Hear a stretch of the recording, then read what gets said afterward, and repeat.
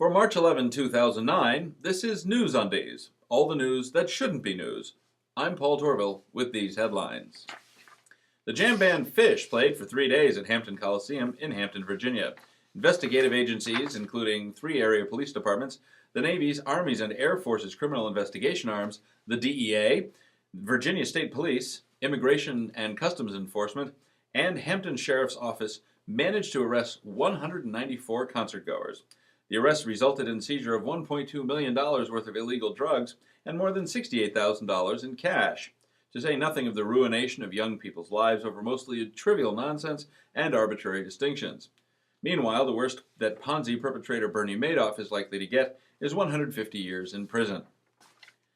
Comedian and social commentator Bill Maher faced off against right-wing lunatic and bulimic cross-dressing evil twin of Tony Robbins, Ann Coulter, in a rare far-right v. just-left-of-center debate held at Radio City Music Hall on Monday night.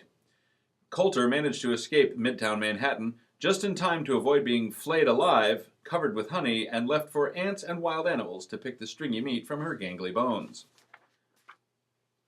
The 10th U.S. Circuit Court of Appeals is now considering a case involving the state of Utah and the organization American Atheists.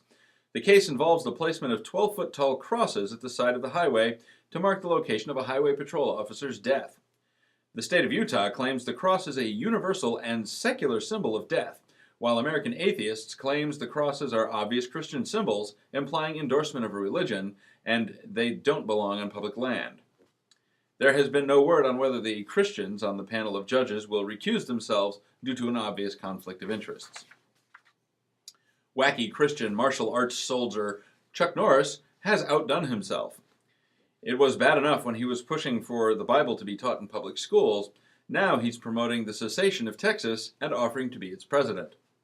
In a commentary he wrote for WND.com, Norris quotes Patrick Henry, George Washington, and John Adams to support his position that the U.S. is a Christian nation and, now under Democratic leadership, the U.S. federal government is a threat to America? One struggles to recall hearing Norris renouncing the Bush administration's costly and unnecessary preemptive wars and the impact they had and continue to have on the nation's deficits and debt, to say nothing of the Bush administration's crazed tax and regulation policies. Perhaps Norris was silent. With all the news that shouldn't be news, I'm Paul Torville.